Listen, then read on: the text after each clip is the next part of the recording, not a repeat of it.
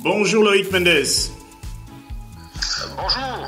Les Panthères du Gabon vont affronter la Mauritanie dans le cadre des éliminatoires de la CAN 2023 en Côte d'Ivoire. Ça va être leur deuxième match. Est-ce que le calme est-il revenu au sein des Panthères du Gabon?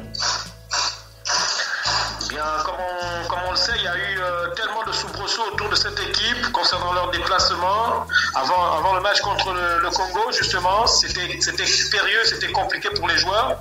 Bien, le calme, il est quand même assez plat. C'est un calme assourdissant, on va le dire ainsi, parce que il y a des choses qui restent en sourdine, il y a des non-dits.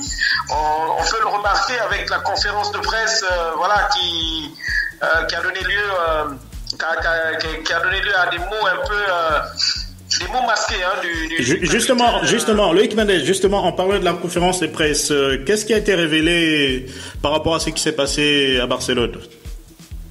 Justement, ce qui a été révélé, c'est que pas grand-chose au-delà de ce qu'on sait déjà, en dehors de ce qu'on sait déjà, mais le capitaine adjoint, je pense, de l'équipe nationale, Biyogo Pogo, a, je pense, signifié que c'était inadmissible que ceux qui nous dirigent, il a dit ceux qui nous dirigent, donc il est quand même assez pointueux dessus. Il n'a pas voulu faire un long récit sur ceux qui nous dirigent, mais il pointe du doigt aux dirigeants en disant que entre les lignes, que ce n'est pas sérieux, et il a plutôt mis en valeur le mental de l'équipe, la volonté de l'équipe de servir la nation, mais par contre ceux qui nous dirigent n'encourageaient pas beaucoup les Panthères du Gabon à porter haut le drapeau vert jaune bleu.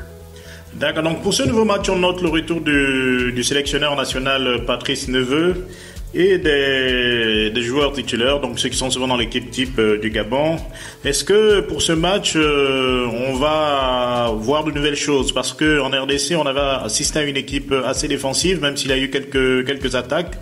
Est-ce que pour ce match, on aura beaucoup plus de l'activité du point de vue offensif? C'est possible, parce qu'il va y avoir des garçons qui vont venir. Il y aura un milieu de terrain qui sera un peu mieux organisé.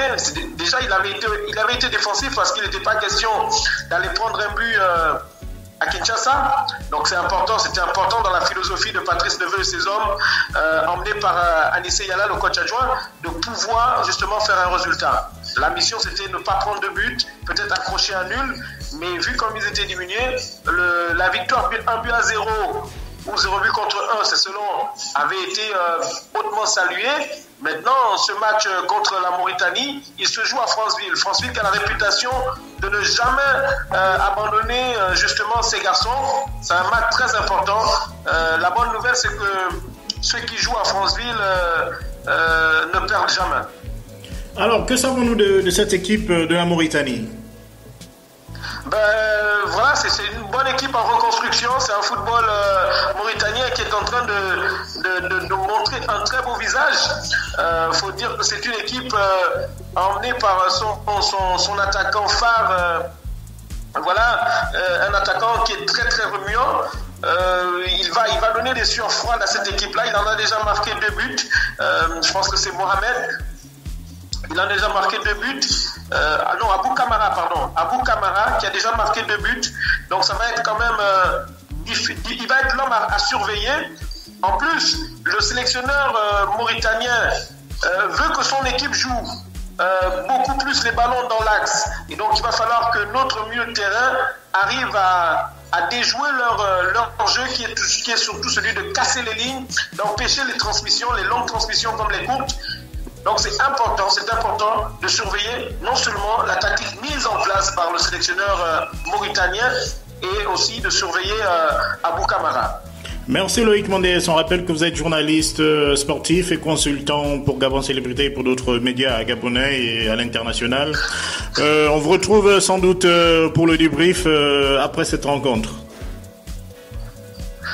C'est moi qui vous remercie et à bientôt.